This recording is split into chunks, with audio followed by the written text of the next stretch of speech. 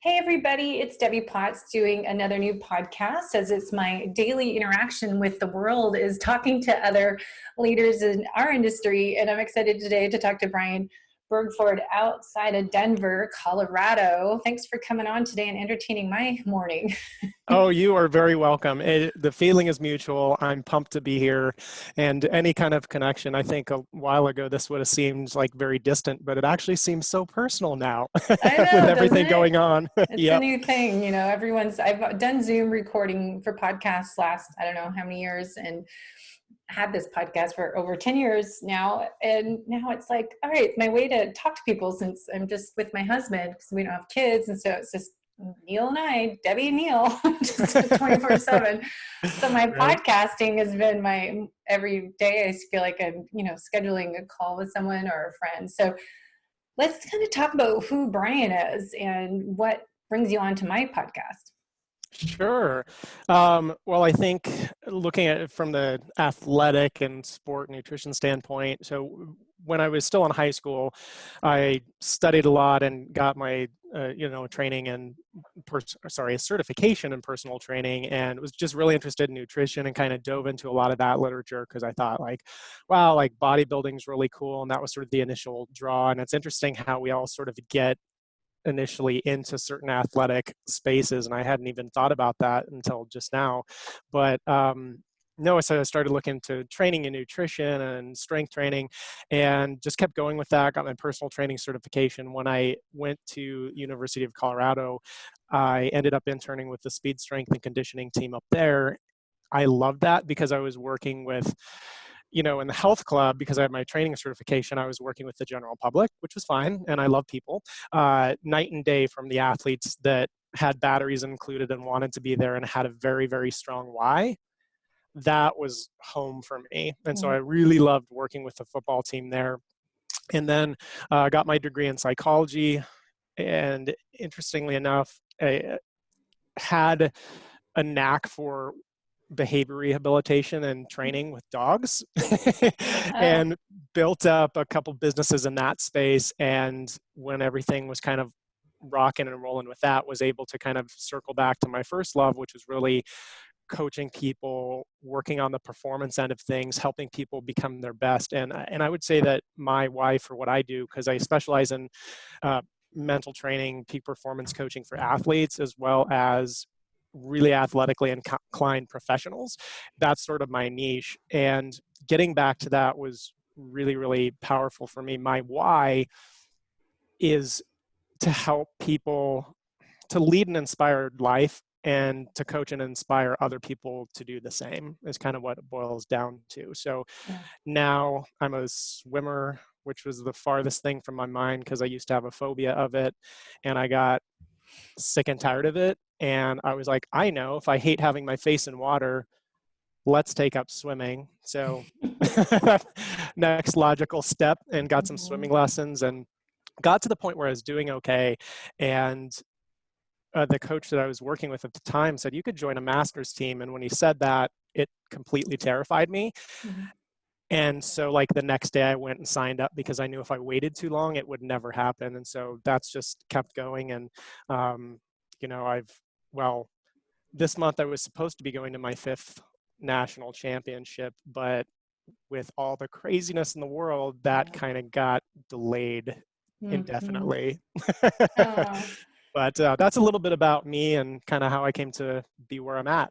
what was your distance you're doing in your master swim meet? That is a fantastic question. In the beginning, did lots of sprints because I just thought to myself, I can hold anything together for 50 and it's not too much pressure on me. Uh, but I remember the first time, because I was really pushing for like year after year after year to just qualify to go to nationals. And that my initial dream was just to be able to like swim in a competition one day locally. And then as soon as I did that, my mind works in huge leaps because I tend to be more visionary and like long term that way. And I thought, wouldn't it be cool to qualify for national championship someday? Well, I kept kind of plugging away at the 50s, shortest distance you can possibly do, these sprints.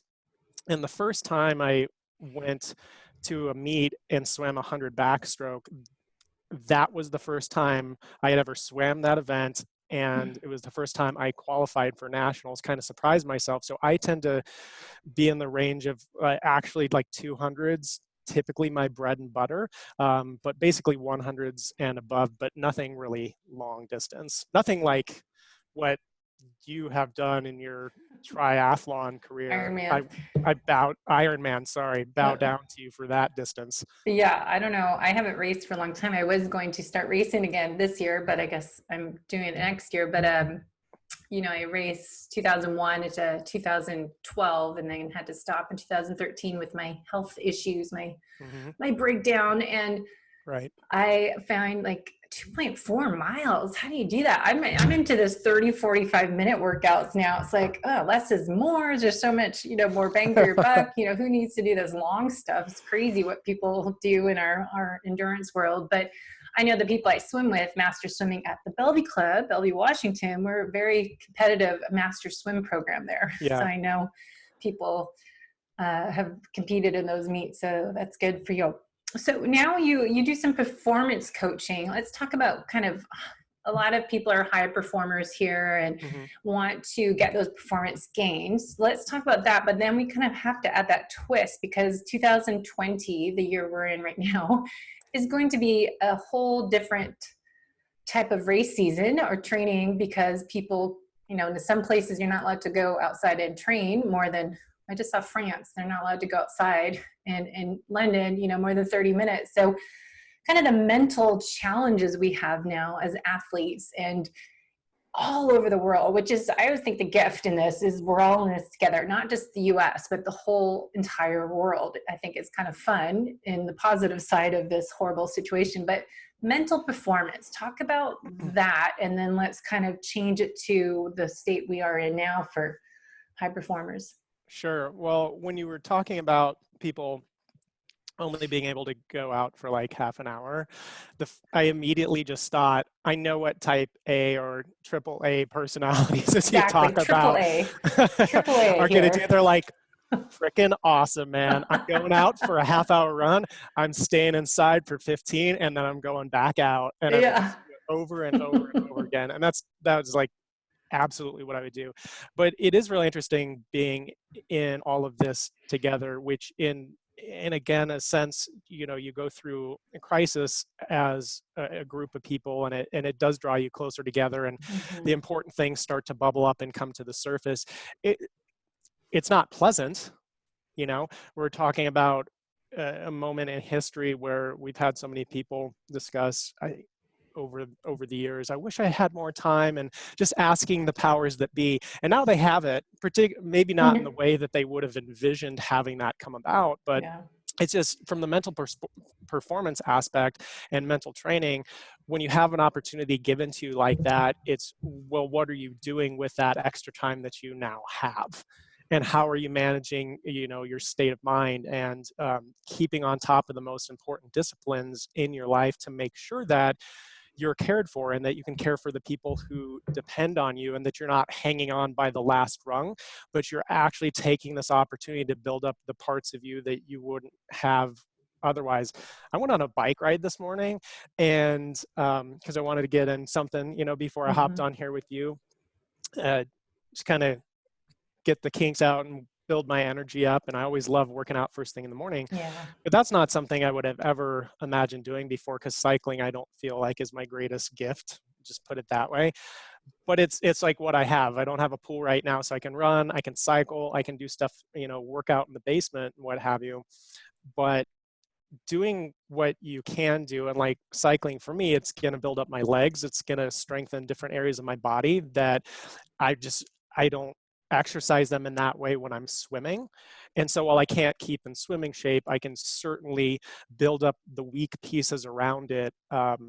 And there's a interest, and if this is too tangential, let me know, but there's a great movie called Cinderella Man, where a guy, it's a true story about Jim Braddock, and he's a boxer that he's on top of the world. He's like the champion, right? And everything falls apart because the Great Depression hits. And he, like so many other people, I mean, the economy collapsed, there's just no money coming in. He ends up working out on the docks and, you know, just like scooping up these huge bales and schlepping around really heavy stuff. But he has to use the hand that he always had a strong right hand, but his left hand was never strong. And so he had to use that hand because his right hand got injured. And all that work, working on the docks day after day, week after week, month after month, when he came back to boxing, all of a sudden he had built up that other side of him. And he was able, again, the movie's called Cinderella Man, to go from having nothing back to the top of the world. And it's a really, really inspiring movie that I would encourage people, if they have time right now, which they should, if they're inclined to watch a movie and they haven't seen it or they want to watch it again, put it on your list. Yeah. So 2 thoughts. One, I interviewed the sleep doctor, Dr. Bruce, yesterday, and he was telling me a story of talk about AAA athletes. Someone did a marathon in their backyard. They went back and forth for 26.2 miles. I can't even imagine how many times he went back and forth. So that's how desperate people get, I think, to keep up their fitness.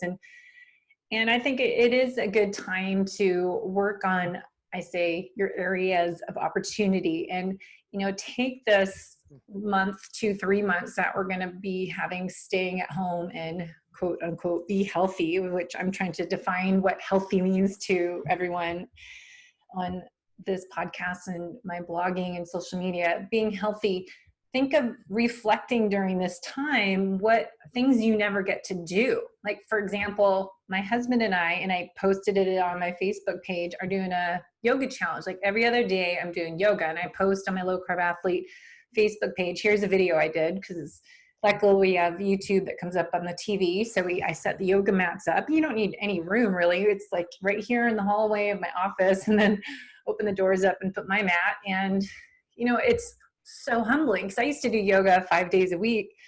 And because I made a decision to do less is more in my days and not overschedule myself, that got me into trouble in 2013, doing too much. Now it's like, all right, I'm going to do yoga. It's so hard. I'm totally like this morning doing this flexibility vinyasa flow, and I couldn't even like do something, and I can't sit cross-legged, and my hips are so tight. So I'm like, you know what? This is a gift. In the next month or 2, I am working on my yoga flexibility and going to, you know, you're saying with that man in the movie that I feel like my running and my biking should improve. I'm sure it'll improve, because I realized how imbalanced I am, and my right quad's so tight, my left foot, ankle, calf, and it's just great time to work on those little things that you don't take enough time to do. Yeah. I love that you use the term areas of opportunity. That's a great way to put it, and a great way to frame it, because sometimes it really takes things kind of crumbling around us to a certain degree, to kind of shake up our routine, for us to really have to look at and evaluate, like, hey, what am I doing here? And where are my areas of opportunity for continued development? And what have I maybe been neglecting or not noticed? Yes, totally. Right. Yeah. Using it to create a real keen sense of self-awareness, I think, is a huge thing. And when you do different exercises and different activities, you start to figure out where your body is maybe not performing at the level it could be. And sometimes our sport, because we're so sort of like, not monochromatic, what is it called? Monocular, I guess, in our view and what we're doing, we're so into our one sport that we don't realize the imbalances that can create until everything gets shook up, and we have to go back to like just base. All right, I guess here's what I got. I got my home gym in my basement that is wildly lacking in so many things, but I've got to get creative with the exercises I do, which means I'm going to do things I've never done before. So it's a tremendous opportunity. And that's not just putting a spin on it. I mean, that's the truth. There's a quote I wrote down before I came on the podcast with you, because I really loved it. And for whatever reason, I just sensed that maybe it'd help somebody, but it's not what you look at that matters, it's what you see. Mhm. And it's, you're going to take, a lot of people are going to go through this, and depending on their mentality and their state of mind and how much they cultivate that, and like you're doing yoga and paying and cultivating greater self-awareness and really staying on top of that, if you are getting in a rhythm of doing things like meditation early in the morning, or prayer, whatever is empowering for you to make sure your mind's right as you're approaching your day, especially now. Now is not the time to watch more news than ever. I know, especially at nighttime. I tell my husband, we'll turn on BBC because we're finding the British television news is much better than American news and watch BBC at nighttime. I'm like, I can't watch that and go to bed. Let's not tally up how many people died today and how the virus is, spreading and all the negative news that comes with it and the politics. So I find, you have to be disciplined and, optimizing your day and your positive energy, positive vibes by getting rid of the negativity. And that's like, all right, I'm going to choose to watch news in the morning after I've done my workout and started my day on a positive note, deal with reality, and then, go into my day, what my purpose is. But yeah, I think it's finding positivity right now and find, ways to get rid of that negativity and make the best that you can in this horrible situation.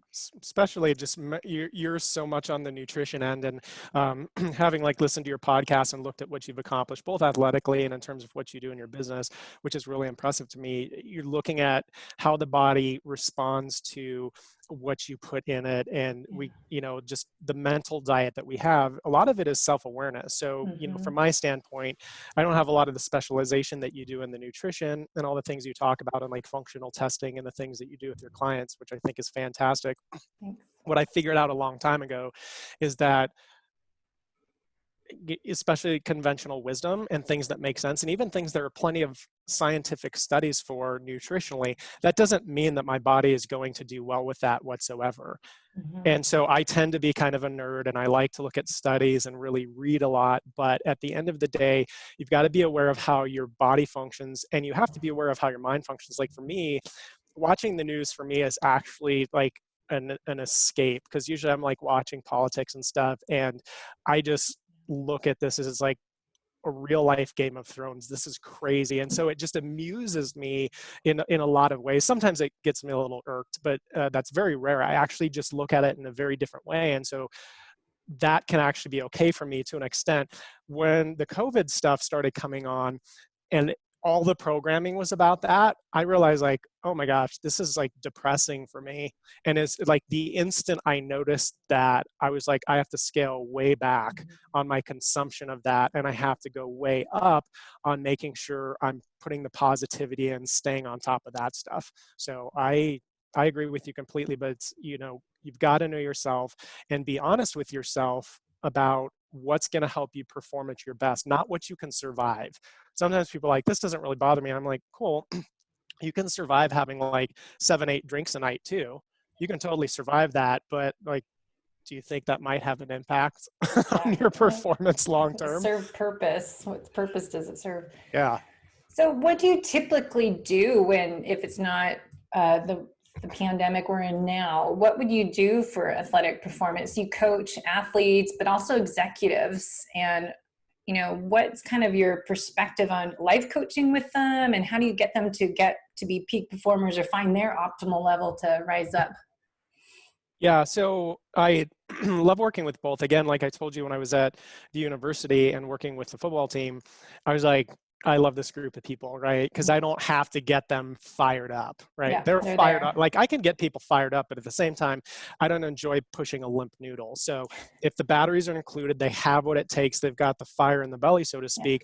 Yeah. When I come in, it's just a matter of looking at like, okay, from a coaching standpoint, what are the challenges you're coming up against? And for an athlete, that might be something about like, I'm doing really well, do great in practice, but I choke when I get into competition, or I have a tremendous amount of anxiety that has deleterious effects on my performance. And so that's what I need help with.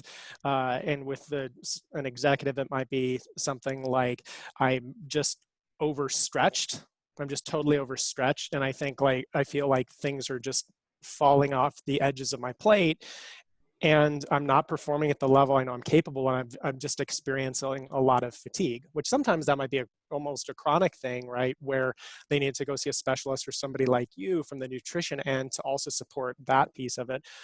But regardless of who's coming in, I'm trying to look at, all right, here's what you're bringing forward to me and presenting as what you'd like to do to benefit your performance in this particular area. What I'm interested in is like, why is that important and why is that really happening? Mm-hmm.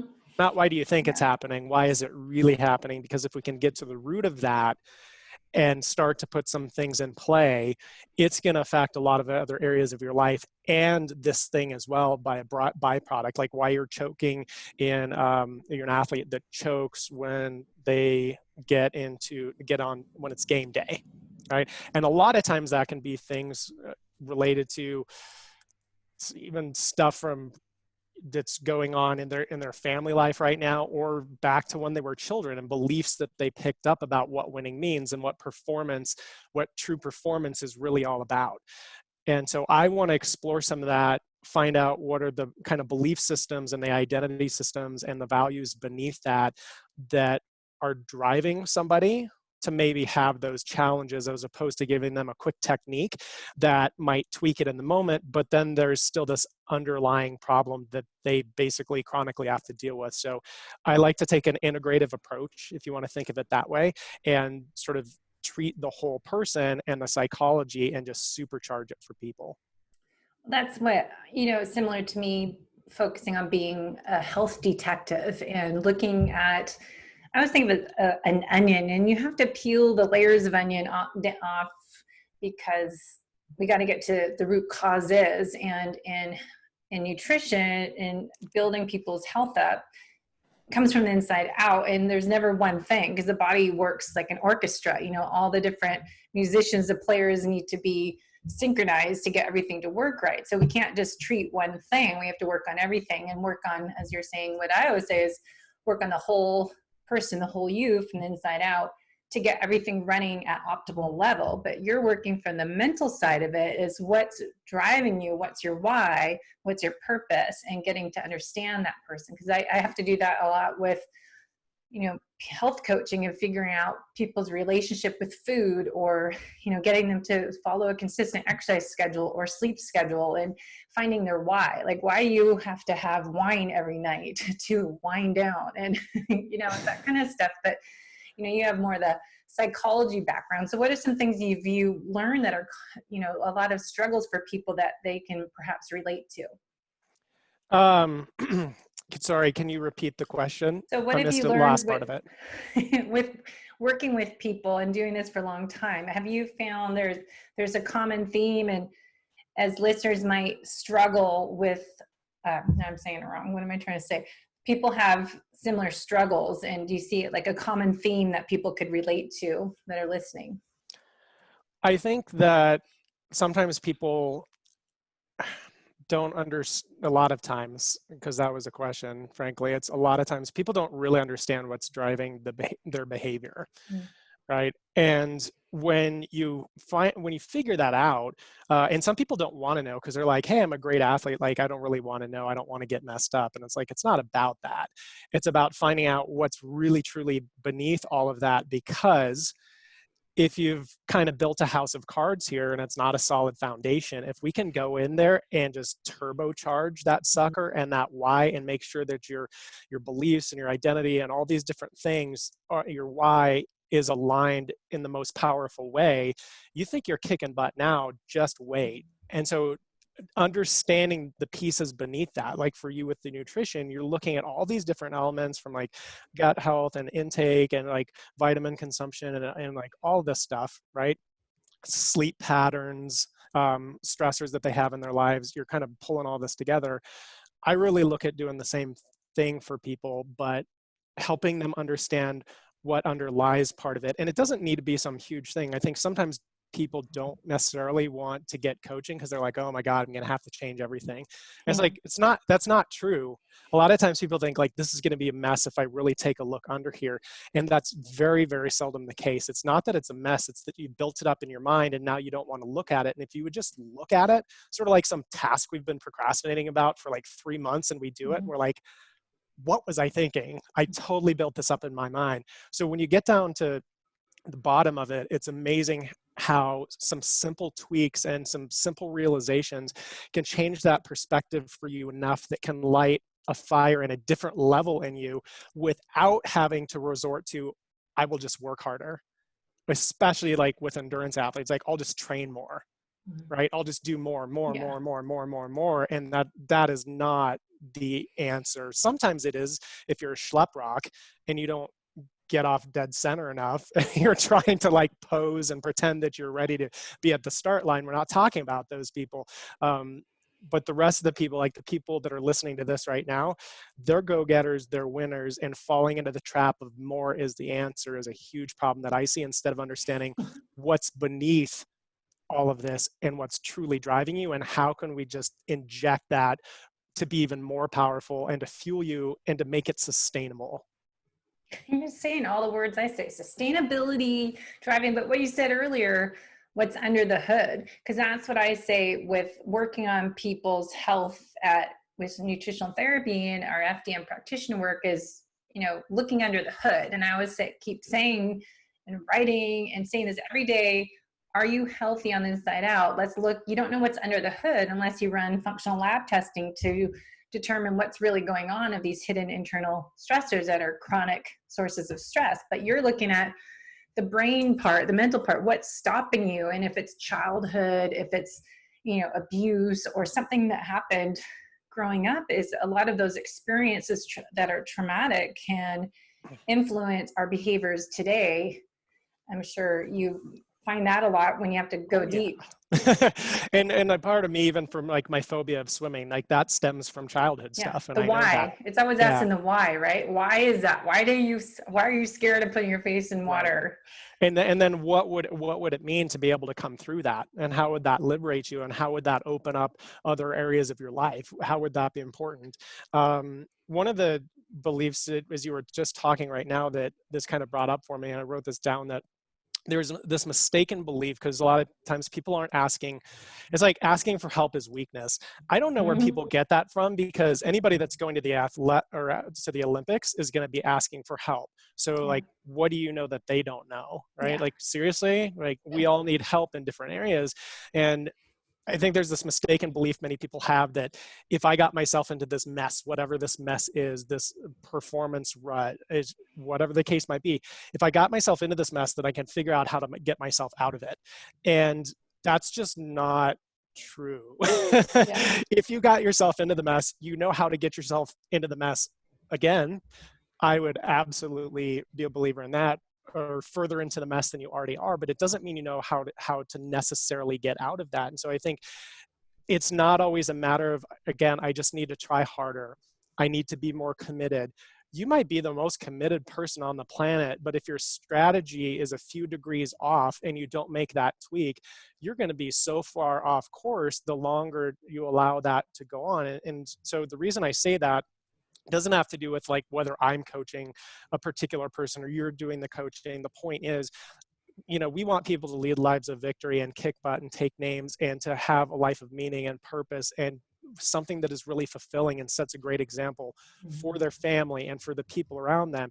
And in order to do that, we have to really look at, where are the areas where I just need to like go get some additional support. And sometimes it's one relationship away from making a shift that's going to totally change everything for you. So don't blow it up into this thing that's bigger than it is. Sometimes it's one relationship away, one simple understanding, one distinction, right? Does that make sense? Yeah, one for step sure. away.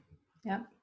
And I think it's getting people, it's like me with health coaching right now. It's getting people to realize that like you said, it's okay to ask for help. We should be getting help. You know, I have a coach, even in triathlons. I knew I was coaching others and I was certified and experienced, but I still had a coach, Mark Allen. Still, I would still hire him this year just because I like having someone to talk to and review my workouts and, you know, see things that I might not see. And I think that's why you need a mental performance coach, a health coach, you know, help people figure out their why. If you want to get better, if you want to optimize your health, your performance, longevity, I think it is, you know, digging in deep and making that okay to do. You know, you're not, I would say that just because you're asking for help or you're slowing down or you're not busy nonstop doesn't mean you're a failure. And I think when you ask for help, some people that are such high overachievers, type A to AAA personality, we don't want to ask for help. And you think you're a failure if you do, because we think we're superheroes. Superheroes that have to go, go, go, go, go. And the other part of it, to the extent that being a great leader is important to you, you know, and me, it comes down to, if you're go, go, go, and you're like the fastest person out there, you're rarely really leading a team and taking the time to slow down enough to look at the broader perspective and like, what can I do to support my teammates, to the people that I'm coaching, to the folks that are around me. If I'm just focused on me go and accomplish as much as I can, and I've been guilty of this, and you know, like anything that comes across as being witty and wise from me, you can rest assured it's because I've screwed it up so bad in the past that because I love that you said that. I had a similar thing about a year and a half, where it just in business, I was like, I've got to slow down and stop overscheduling myself. And luckily I caught that before something catastrophic happened. Sometimes something catastrophic has to happen. And again, like the times we're in now, oh my gosh, everything's in upheaval. So it becomes very easy to reflect. And if we can learn to catch ourselves early in that process, we don't have to wait till you have a nervous breakdown until you blow out your adrenals or you blow up your relationship at home. You can be out in the forefront of it. And for me, it was recognizing when I slowed everything down, when I didn't have a schedule that was completely cramped. Yeah. It was a beautiful thing because I was able to connect with people and team members, staff members at a different level and support them in ways that I didn't realize before I had been neglecting. And when I injected that into those people at a higher level, it was amazing the difference in results I got, which I never could have gotten, even as type AAA as I might be, that I never would have gotten that level of results from myself working 24 hours a day. But when we really, really value people and slow down long enough to recognize I need to clear my calendar, to have some time to think, to take care of myself. I hate the oxygen mask like metaphor because it's so overused, but right, like people are familiar with that. When I get that in place and start focusing some time on others, and it's not I'm rushing to a meeting time. It's I can be really thoughtful and connect with you and show you that I love and care about you. And it's not, you're not just like a number to me, right? You're a teammate, and I want to do anything I can to support and mentor you to get what you want. Night and day difference, boys and girls.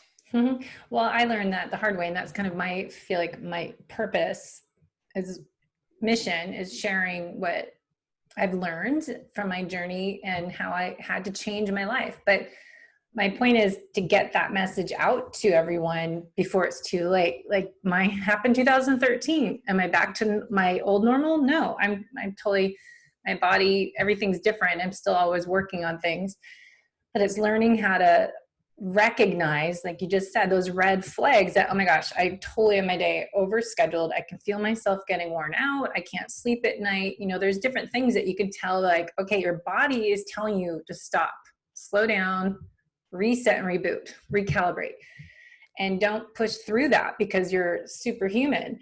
And we need to recognize those patterns before you get to be this broken, burned out person at a cellular level, like I had happened, because I didn't know any difference. I wasn't aware or self-aware enough to know that these red flags are probably coming for 5 years, because when it happened March 2013, Hmm. my one experience was on my bike. I had no energy. I couldn't pedal. And that was just kind of the turning point. But it's like, it didn't happen overnight. It was built up probably for 5 or more years of my life just doing too much every day. So, I think it's good to, as you're learning and sharing, that those red flags for your own self as an individual. Sure. And listen, you're talking about listen to your body, and it comes back to the self-awareness piece. Yeah. I think that can be difficult for athletes in the sense that we've learned to train ourselves to be mentally tough to ignore our bodies. Exactly. So how do we find that balance? Because it can be really problematic, and it comes down to how exquisitely self-aware can you become, and how honest can you be with yourself, right? We don't want to, and sometimes people are scared of that because they're like, I don't want to let myself off the hook. Like, I know how to push through pain and whatever. And like, if you're listening to this, I respect you, and I'm sure you know how to do that better than 98% of the population out there. At the same time, learning to recognize warning signs and distinguish between, like, my wife will tell me sometimes, like, hey, I tweaked my shoulder or something at the gym. And I'm like, okay, cool. The good pain or bad pain, right? Like, pain we'll be able to shake off and like work through, or something that we might need to work with like our body work specialist on because you actually like tweaked it. And I'm always asking questions like that. And even of myself, if I'm working out one day and I don't quite feel it, it's finding that line and understanding which side I need to go to.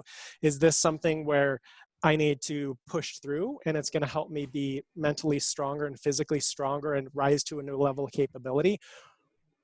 Or if I'm honest about it, does my body need me to pump the brakes a little bit? And if you can learn to do that, and it's an art form, like, I don't feel like I've got it mastered, but I bust my can every day, and I'm on my clients like white on rice to make sure they are paying attention to those same things as well. Yeah, it is. But like you said, push through it. And I think that is a challenge working with the high performing athletes, that they are able to push through things and push through the pain, like finish an Ironman. They know how to override that fatigue feeling, but you have to know the difference of when is it going to be more beneficial to stop, slow down, take a break, take an easy day or whatever it might be, reschedule your workouts or your life schedules, not even athletes, but knowing when to not be Mr. Tough guy or woman, to not push through it, because that's going to cause more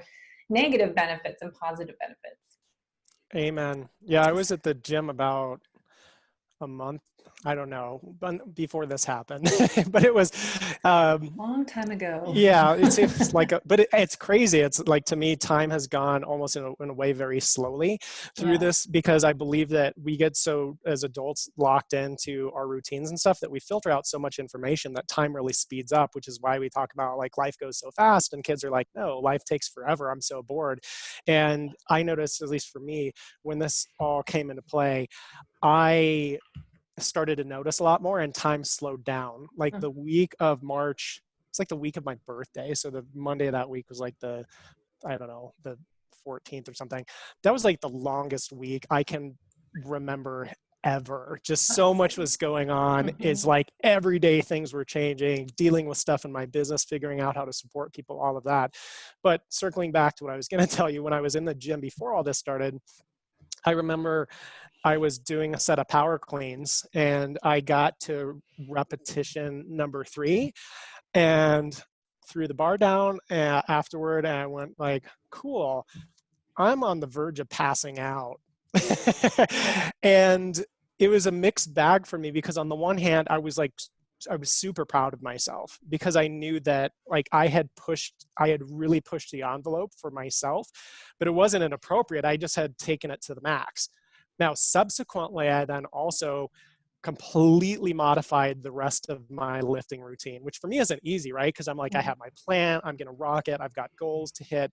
But when I hit that point, I was like, I feel so good about this, because I completely threw my heart over the bar, so to speak. But I got to scale it back. Otherwise, somebody's going to be with their spatula scooping me off the floor. Yeah. That's true. Well, we learn the hard way sometimes, but now I feel like, you know, it's brings us to our mission of our businesses, right? You're doing this performance coaching, and I'm trying to switch from personal trainer to focus on health coaching and how to optimize your health and build it up from the inside out. But I think it's essential to, you know, find your purpose. And as you said, you know, how to inspire people and what drives us to be coaches and to add something to someone's life to help them feel that increased vitality and thrive every day. I love this one quote we had in my conference. It was the beginning of the virus's last conference I attended, but it was, the focus was on thriving and vitality and how we should thrive every day and not just trying to get through the day and survive. And I really feel right now with our stay at home and stay healthy that it is, you know, figuring out how to thrive every day and not just try to get through the day and like, oh my gosh, Tuesday, today's Wednesday, you don't even remember what day it is. And yesterday, I'm like, isn't it Thursday by now? But so it does feel slow. Like, how is it still Tuesday? I'm ready for Friday. And I think it is really important mentally to find things that will bring joy into your day every day. So 100%. I know we're running out of time, but if you want to share how people can learn more, you have a Bergford performance systems coaching program. Tell us a little bit about that and how to find more information. Absolutely. Yeah, I'll give you some links. And if people actually, when you were talking about thriving, I just recently released the first sort of free resource in a series, and I'll get you the link so you can include it in the show notes if you feel like it'd be helpful. But it's thriving through a crisis and just having the mental skills going through challenging times. It is possible to thrive even when the crap is hitting the fan. And for all of us, I believe this in many ways, we can look back on this as one of our finest hours, depending on how we walk through it, which is going to be predicated upon how we care for our mentality. Because if our head's not in the right place, like the body is going to have a really difficult time, right? Like the body follows the head and where the mind is at. So people can hop on. So I'll get you that link. My website is bergfordperformance.com. So people can hop on there. I would highly recommend, if you're so inclined, hopping on my email list, performance newsletter that I send out, and just insights and things that come up real time. And I just like to share that with people as we go along. So I will get those links to you. And if I could just leave with one quote, because I know some people are in a really tough spot right now with what's going on. And I don't know exactly when this podcast is going to come out, but there's always people in a really tough spot, maybe facing some very difficult decisions and challenges in their life with themselves or their loved ones, their family, their kids, whatever it might be. And I've always loved this quote that sometimes when you're in a dark place, you think you've been buried, but you've actually been planted. And just maybe sit with that and be curious about what that would mean if that was actually true. So hope that helps. Yeah. Well, good way to end the show. Get people in deep thought. You can meditate on that. Do some new breathing exercises and walk outside with that thought process. So thank you so much for your time today and your thoughts and chatting about mental performance and more. And love to talk about how to, you know, get your mind right and find your purpose and how to inspire yourself and inspire others. So thank you for your time. Thank you, Debbie. I really appreciate it. It's been a blast. And virtual high five, virtual hug. I know. We'll talk to you soon.